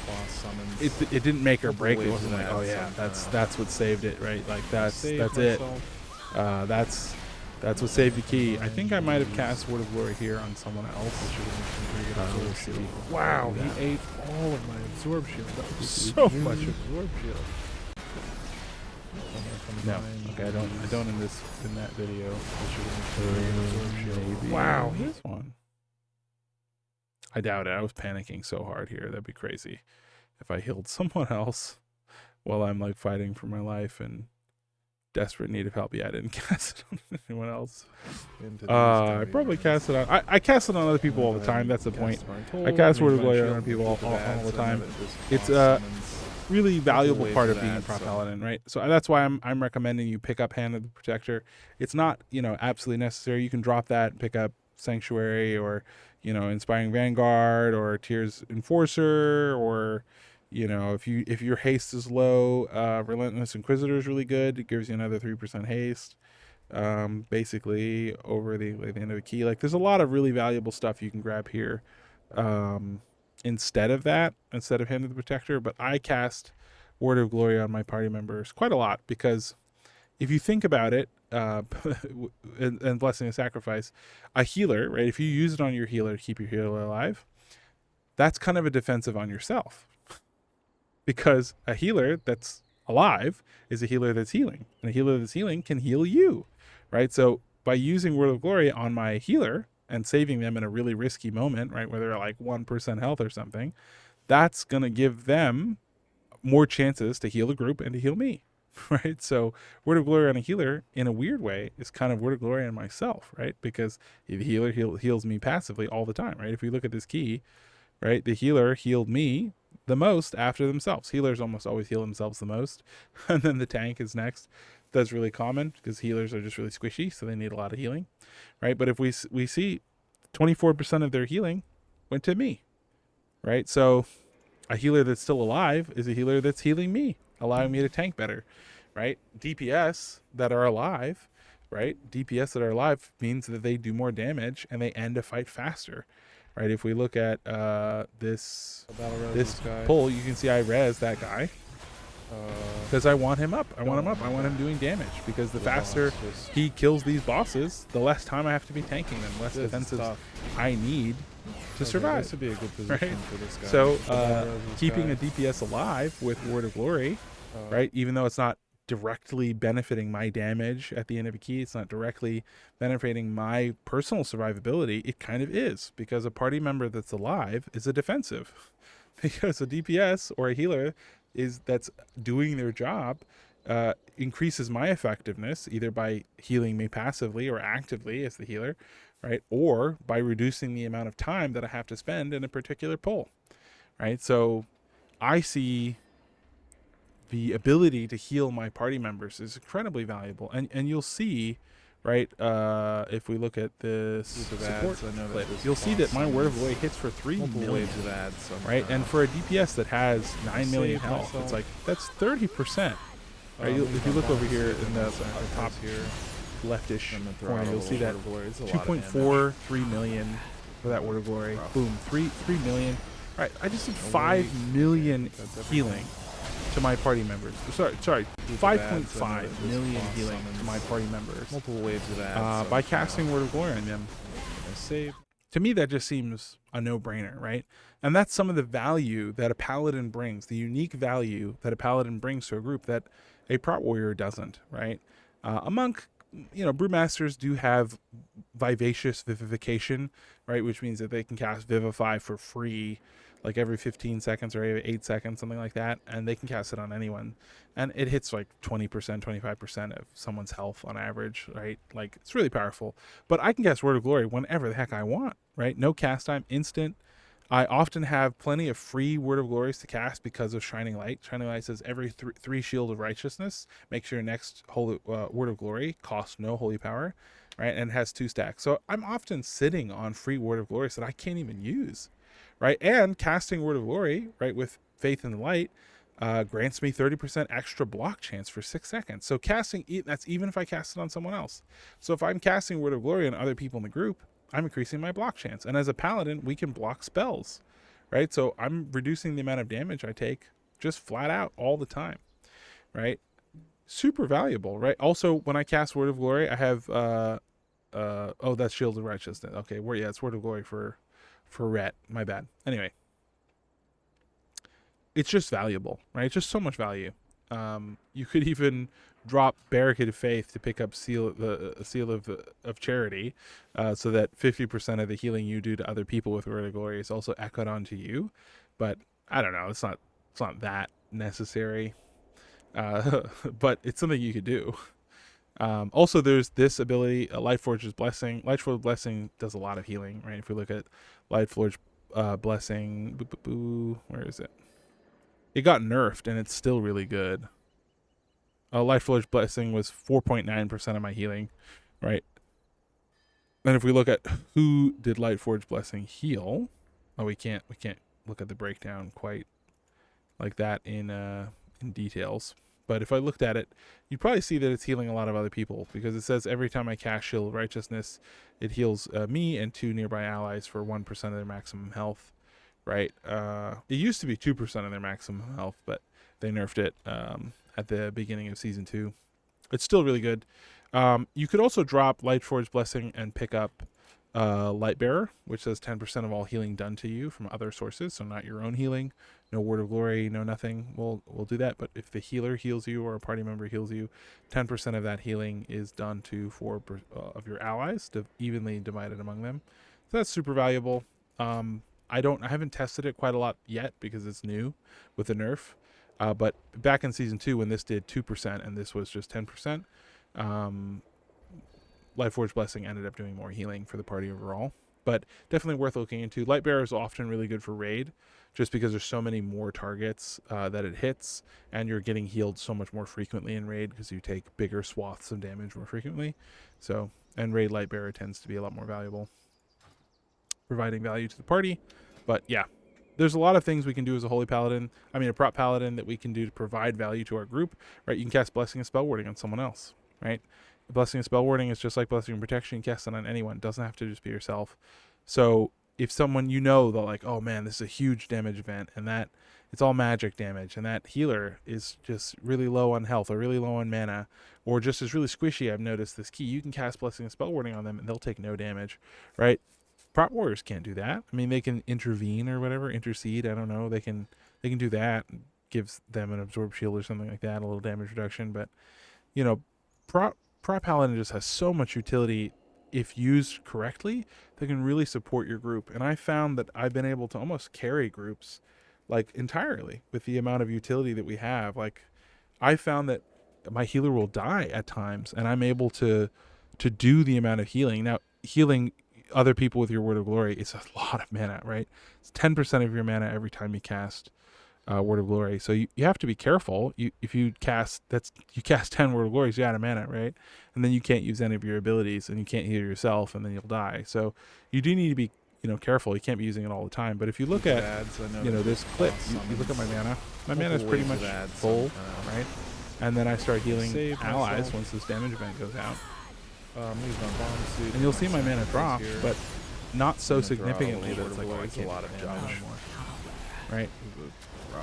boom, it barely lost any mana. So it's like, okay. if you're not doing a ton of healing, it's probably fine. Like, you'll probably be fine. You won't even notice the mana that you just gave up, right? Because your our mana regen is relatively high. So it's okay.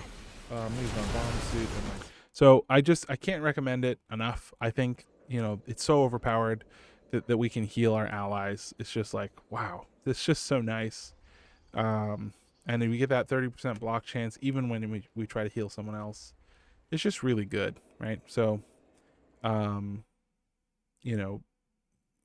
utility. It's just, we are kings, okay? The other thing is kiting. Sometimes you need to kite. How do you kite? Kiting is when you're like running away from something and you're using slows or stuns to stop things from following you at the same speed that you're running away, and then they can't do damage to you. So what do we do to do that? Well, we have a talent here that says your consecrated ground, your consecration is 15% larger, and enemies in it have 50% reduced movement speed. So you can cast consecration and then you can, run away, and then those targets will kind of slowly run after you, and that will give you time to kite. Why do you want to kite? Why would you ever kite? Why do we care about kiting? Well, kiting means that you're not taking any damage. So there are certain pulls where you're taking so much damage, right? Because they have like a stacking debuff that increases the amount of damage you take, right? It increases your physical damage, increases the magical damage you take, or whatever. Or a stacking bleed or whatever. Something that you're like, I just don't have the defensives for. Or you're just out of defensives and you need time to reset your defensives, right? Kiting can be really valuable. So practice kiting in lower keys, and it can become something that can save your life. You can cast Blessing of Freedom to increase your movement speed by an additional 30% to give you some of that runaway speed that you need if you're running Unbound Freedom with consecrated ground, and then you can you get a lot of freedom to run away from things. And the reason why kiting is so powerful is because, like Divine Shield, if you're kiting something and it can't reach you, that's 100% damage reduction. Right? So kiting doesn't feel good as a tank, right? Most tanks, you want to be up in the business, you want to be doing damage, you want to be strong and fearsome. But sometimes, kiting is very useful. So keep that in mind for your utility. Something I forgot to go over in more detail is Shield of the Righteous. There's a buff with Shield of the Righteous. When you cast Shield of the Righteous, it gives you a bunch of armor. If you look at that, it increases your armor by 115,000 for 4.5 seconds. And it also says Shield of the Righteous increases your strength and stamina by 2%, stacking up to 3 times. Shield of... Did I misspell shield? Shield of the... Okay, where is that buff? There it is. So it's called Rebut. Probably Rebut. Shield of Righteous increases your strength and stamina by 2%. So you kind of want to keep that going, that 10-second stack. You kind of want to keep that going all the time, because again, a full health bar is a really great defensive, because if something were to hit you for 12 million damage and you have full health bar, then you lived and you survived and you're a good tank. So having more health to health bar tank with is really great. So you want to kind of keep that rolling, and then also Shield of the Righteous increases your armor, but basically double. So let's go into this pull. Let's have our armor open here. We're gonna go in. We're gonna start attacking. And right after I cast Shield of the Righteous, and you already see our armor has gone up to 28,000. Sorry, 286,000 from like 176,000, something like that. Look at that. So 286,000 armor. Just so much armor. Let's cast land hands here. 370,000 armor.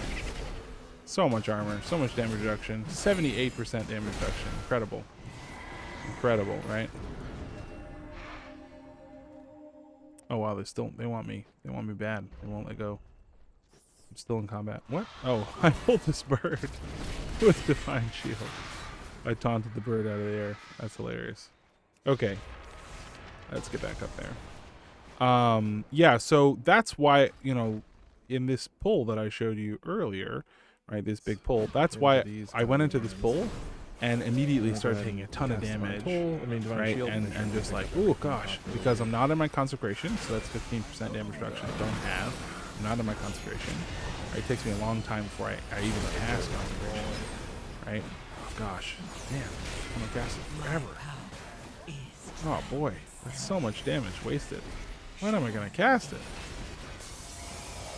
Oh, brother, cast consecration. You're killing me here, man. There he goes. Finally cast it. Oh, God, am I ever gonna cast it? However, I don't know that. Oh, goodness gracious. Okay, so you need that consecration, right, as part of your damage reduction, but also Shield of the Righteous. Every time you cast Shield of the Righteous, you're decreasing the damage you take by almost double, right? Go from 150,000 armor to 284,000 armor. That's or maybe I can set the affix. I can almost doubling. Yeah, it's almost doubling your armor, right? And that's reducing the amount of your damage you're taking by a significant amount. And so running into a pack with no Shield of Righteousness stacks, right, is really dangerous and not standing your consecration. This is the PTR build, right? Like, this is not my native normal setup. If you look at my normal setup, I have a bunch of weak auras that remind me to cast consecration. So I don't usually go so long in a pull without consecration. I have so many little things beeping and flashing at me saying, hey, you need to be in consecration. Which is why I recommend like consecration bar and a few other things, because you know it's hard to keep track of a lot of these things, and having those weak auras, it's really nice to start hey, you cast that, and you reduce your damage. Yeah, so it can take you time to get rolling. You go into a pull, you don't have it going, you run in, you cast those abilities. It can take you a second, which is why Divine Toll's nice. Kind of build up that time, build up that whatever, you know, give you a little buffer to cast a few Shield of Righteousness, build up some of that defensiveness, and keep that rolling. Okay, so let's talk about the Season 2 tier set bonus. Our tier set bonus says each time you take damage, you have a chance to activate Luck of the Draw, causing you to cast Guardian of Ancient Kings, which is 50% damage reduction for 4 seconds. And it lasts normally for 8 seconds. So that's like 50% damage reduction for half as much of its normal time just by taking damage. And crazy. Your damage done is increased by 15% for 10 seconds, which is just wild, right? Our Sentinel and Crusader's Avenging Wrath increase their damage by 20%. So it's like, wow, that's a lot of damage increase. And after Luck of the Draw activates, right? So Luck of the Draw is what that thing is called. So after your Guardian of Ancient King activates, you do that extra damage. And then it says, well, you have Luck of the Draw. Shield of Righteousness refunds 1 to 3%, 1 to 3, right? So it's random, 1 to 3 of the Holy Power, and extends the duration of Luck of the Draw by 0.5 seconds up to 10 seconds, right? So that increased 15% damage. So if you get Luck of the Draw during Moment of Glory, not only are you doing extra damage, which is extra absorb shield, but you're also getting your Holy Power back, which means you're casting Shield of Righteousness really fast. Like, you're just casting it and casting it and casting it. Let's see if I can get that going. I'm gonna go in here. I'm gonna pull this. Here we go. Let's see if I can get a Luck of the Draw going. You can hear it. It sounds like a bunch of like poker chips hitting the table. Come on. Also, so you'll see me, you know, I'll pop Guardian of Ancient Kings. My win. Oh, they're just not doing very much damage to me. That's why I was just like, come on. Hit me. Stop trying to hit me and hit me. Come on. Hit me. There we go. Okay, so now if we look at my Shield of Righteousness. I'm going to pop Moment of Glory. You can see my Holy Power is kind of regenerating a lot faster, right?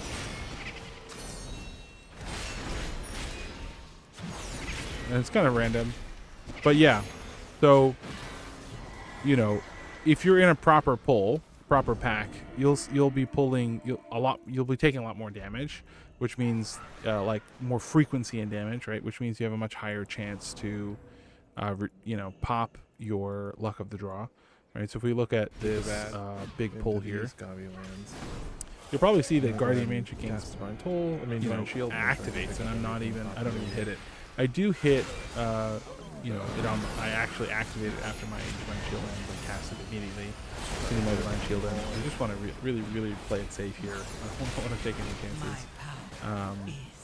I don't know what the luck of the draw buff looks like. I think luck of the draw is active. I see a buff there. I don't recognize. I should have grabbed his cooldown thing. Anyway, so However, yeah, I don't know that super useful. Tier set. It's really interactive, really fun. Makes a cool sound. You pop wings. Guardian Banshee Kings was just super good. Like 50% damage reduction every once in a while. It's just like, wow, it's really nice. I mean, if I could activate it on purpose, that'd be even crazier. But I'll take random 50% damage reduction. Like that's really awesome. That's a lot of damage reduction. So really happy to see that. Really cool. I'll take it. I'm happy to take it. Yeah, so it's increasing the damage you do. It gives you that refunded, and you can combine it with all kinds of things to do some shenanigans, right? Like you're stacking your armor. You can only have 2 stacks at a time, but you're stacking that armor, and you're doing that extra damage and just generating a lot of holy power, and just fun and interesting. And just something to keep in mind that you can combine it with Moment of Glory and just kind of generate more stuff. Remember that spending holy power generates more defensive, right? Because the more holy power that goes in and out of you, which is why healing your party can be beneficial when you're full health, means reduces the cooldown of your stuff, right? We talked about that, but the more holy power you spend, the more you can use your ability. So definitely be generous with your damage and your healing to try to reduce your cooldown. That's also something you can do actively, right? Like you'll see in this clip, I try, but I just can't get it fast enough. You can see here. You can see, look, if you look at Word of Glory, you can see how frequently I try to cast it. Just because like my brain is thinking if I can get another cast off, I'll reduce the cooldown of Sentinel and I'll be able to use it, right? That's what I'm thinking. I'm just thinking like, okay, I just got to reduce the cooldown, right? Because every time I cast Sentinel, every time I cast my healing ability, Word of Glory or Shield of Righteous, I'm reducing the cast time, right? So spending holy power is reducing your defenses, which means you're more tanky. We talked a lot about healing and stuff. So yeah, that's pretty much everything I have to go over. There's tiny little things. Oh, frontline potion is a great potion to look into. When you cast it, you gain a little bit of armor, and you get increased 2% maximum health, and then that stacks every time you get struck, right? And so your armor and health goes up significantly when you're in a big pull. It stacks up to 10 times. So that's 20% increased maximum health, which is a lot, right? 2, 4, 6, 8, 10. Yeah, that's 20%, right? Because it starts with 1 stack and then you get 9 additional stacks. Right, or it might be 18%. Either way, it's a lot of health. And then that armor is like 35,000 armor, something like that. So just a really nice little defensive. It does share a cooldown with Cave Dweller's Delight and Tempered Potion. So you kind of have to choose what you want to use, because Cave Dweller's Delight is great for a little, pop of health. If you're like, oh gosh, my health is low, you pop Cave Dweller's Delight. If, I don't know if I lost my Floodgate operation. I still have it. If you look at our healing, you'll see that I used Algar Healing Potion there. Looks like I never used Cave Dweller's Delight for that key. I guess I didn't. Yeah, I just used the Healing Potion. But you got to choose, because if it also restores some of your mana. Really not a lot, right? Like Word of Glory costs 250,000 mana, right? And it only restores 202,000. So like these mana regens potions are pretty weak. Like the Algorian mana potion only heals 270,000. Like I think it can crit, right? And it often hits a little harder. I find that the Algar healing potion often like restores my entire health bar.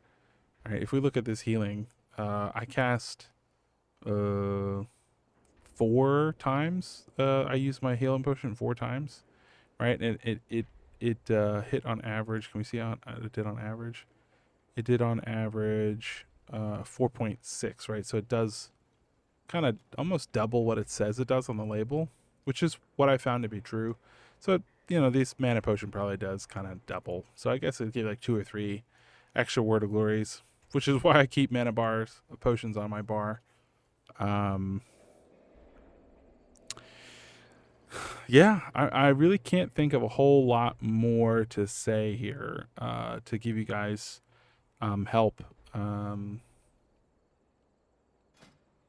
Yeah, I mean, there's a lot of optional talents that you can kind of move around to kind of get things you need to support your group more. You can move over, lead the charge, which reduces the cooldown of everybody's movement abilities. And pick up Righteous Protection, which when you cast Blessing and Sacrifice, it makes them immune to poison and disease, and also removes them if they have it. So that can be useful in certain dungeons. I don't know if we'll have a lot of dungeons this season where that's super useful, but like I would sometimes play around with grabbing that in City of Threads back in the last season. If you want to go for a more like damage focused build, you can drop both of these points and move them over here, right? Like you can drop this and move them around like that, so you lose that block chance increase when you cast Word of Glory, and you can pick up the sanctuaries, right? So your consecration follows you, and also consecration in flame, which means your consecration lasts a little bit longer, which means you don't have to cast it as frequently, and then also increases its damage by 20%, which is not a huge amount, right? If we look at that my damage done, consecration is 4.7%, right? Which is not bad, but pretty small. So you increase that damage by like 20%, you'd see it be doing like 100 and like 8 million or something, right? 108 million damage overall. So really not like a huge amount extra damage, but it's not nothing. So if you're feeling tanky, if you feel like no, I don't need that block, you can move that over. Same with this Barricade Faith, you can move that over into Inspiring Vanguard or Relentless Inquisitor for that haste, or Tears Enforcer to do that extra bit of damage, right? You could even move Consecration and Flame to get even more damage. Oh no, you can't, because you got to get that talent. I lied. Yeah, there's a lot of options here. The Blessed Hammer thing I find is increasing its damage by 20%. It's really not that valuable, compared to like Inspiring Vanguard, because of that strength increase, right? You have a higher chance to get your Avenger Shield back, because it also says when you avoid damage, right? So that's if you parry or block, then you get your shield back. So 35% chance, and then you also get 2% strength for 8 seconds. So that's a lot of damage. So Inspiring Vanguard is really good choice for damage. If you find if you're not casting Word of Glory on other people, you can move over that talent point for more damage, right? Hand of the Protector. Your Word of Glories will still heal people, but you're not going to be doing 4 or 5 million heals, which I've seen I've seen Word of Glory completely reset someone's health bar from 20% because it crit, and it had that increased healing because of the missing health on the target. And that's been the reason we timed that key, is because I was able to save the healer, and the healer had nothing up at that moment, and they're like, oh no, I'm dead, and then I Word of Glory them, and it looks like I cast Lay on Hands or something, and they're at full health, right? So I find that I get more value out of Hand of Protector than I don't. But again, if it's just too much cognitive load, if you feel like there's just too many things to keep track of, you can move it over somewhere else. Same with Moment of Glory. If you find that you're not using it, but you still want extra defensiveness, you can go for Uther's Counsel to get Lay on Hands, the Divine Shield, and Blessing of Spellwarding back more frequently. Alternatively, you can move it over for that Bulwark, which is that kind of set it and forget it kind of passive background damage. Or you could grab Grand Crusader, or you could grab a stack of Faith in the Light. Like, there's so many options here. We didn't even talk about Bastion of Light. Bastion of Light is a decent cooldown's good to use. You get a lot of holy power pumping through that if you use it properly. So it's like there's a lot of versatility. These trees, people often will show you like, oh, this is the best build, and if you're not running this build, you're an idiot. you'll find that the difference in damage, unless you're like moving all of the defensive nodes over into offensive nodes, you'll find that the damage differences are not huge. They're like 2%, 3%, and if you look at parses, that's going to feel like massive amounts of difference, right? Huge, it's the difference between a 22 parse and an 87 parse, but you'll find the actual damage variance between those two parses is like, 0.5% damage, 8%, 0.8% increased damage, 2% increased damage, right? 2% overall damage. It's like, you're often not trading that much damage, even though you're getting so much lower of an overall parse when it comes to your damage, right? But with Hand of the Protector, I often find that I have like 99 or 100 parses healing because I just do so much healing overall, right? I do so much healing. If you look at, my healing that I did to the group, you can see that Word of Glory, I did 18 million healing to the rogue. I did 27 million healing to the Shadow Priest. I did 15 million healing to the Discipline Priest, and I did 19 million to the Hunter. So that's a lot of healing, right? That's a significant amount of healing, and I did it at emergency moments where people's health were really, really dangerous, really, really rough spots. I didn't grab any clips of it today to show you, but I've had times where I've seen people's health go to 1%. I cast Word of Glory on them, and it puts them to 40% health, and it's like, then they're fine, right? I've seen it where they're at 2% health, and I cast Word of Glory, and it puts them at 80% health. It's like, that is, key changing. That's like, that's it. That just saved, right, the key from being completely and utterly ruined, right? So there's just so much value that you can get. There's so many ways that you can kind of explore your talent tree to find value for specific things. So I really recommend, I can't recommend enough, literally just reading every single ability you have and just trying to understand. I went through kind of deep dive trying to explain how to use all these abilities, but just sit down and literally just read every talent node and read every spell you have and just try to figure out what they do and learn how they all interact with each other, because they all interact in really interesting ways to make a really dynamic class. And I think that Protection Paladin was, it was S tier in season 1 because of a lot of these abilities, but not inherently. It isn't just inherently really good. It's really good if you know how to use it, right? If you have mouse over casting and you're using Avenger Shield specifically to silence those important interrupts, if you're using Divine Toll to silence those important interrupts, right? If you're using like Divine Resonance, it says it casts Divine Toll, cast an Avenger Shield every 5 seconds for 15 seconds, right? If you're aware of that and you're mouse overing casters, right, every 5 seconds, like I have a weak aura that tracks when the next Avenger Shield is coming from that, rather than just being extra damage, like you can utilize that and be really, really oppressive on casters and just really lock down a cast group and keep your party healthy, right? Quicken Invocation, you can grab that for other pulls like Necrotic Wake. I would pick up Quicken Invocation instead, because like the second boss of Necrotic Wake had those casters who would cast Frostbolt Volley, and that damage from Frostbolt Volley could completely wipe a party. And because I didn't have any way to like group the adds really effectively, having Divine Toll for every single one where those skeletons would summon, I could cast Divine Toll and silence both of the skeletons of the mages that cast Frostbolt Volley every single time, which is so valuable. It did damage to them, it silenced them, which forced them to walk closer so they can melee me, which means they were easier to AoE down for the group. So there's a lot of utility here and a lot of variance and a lot of things, and there's no like, this is just the right answer and these are just the best talents. There's a lot of flexibility in your tree, and you can, if you learn your tree, you will start intuitively changing your talents from key to key, right? From thing to thing. You're like, oh, you know what? I got this trinket, this incredible bomb suit trinket, and if it's so good, I'm not gonna run Moment of Glory anymore. It's redundant. I just don't need it. It's nice, but it's just not that much valuable. I'm gonna grab the extra damage. I'm gonna move it over here. I'm gonna move it over there. Like, there's so many options you have available to you, right? So yeah, I wish you guys the best of luck in season 2. Thank you so much for watching Dalinar 101. If you want to watch me live, I do live stream from time to time. Come watch me live. Come hang out. You know, like the video if you found that it provided value. If you have any questions, please leave them in the comments. You know, I'm a relatively small content creator at the moment, so I'd love to answer your questions in the comments if you have questions, or if you have suggestions or feedback or any kind of thing you want to say. You know, feel free to reach out, say what's on your mind.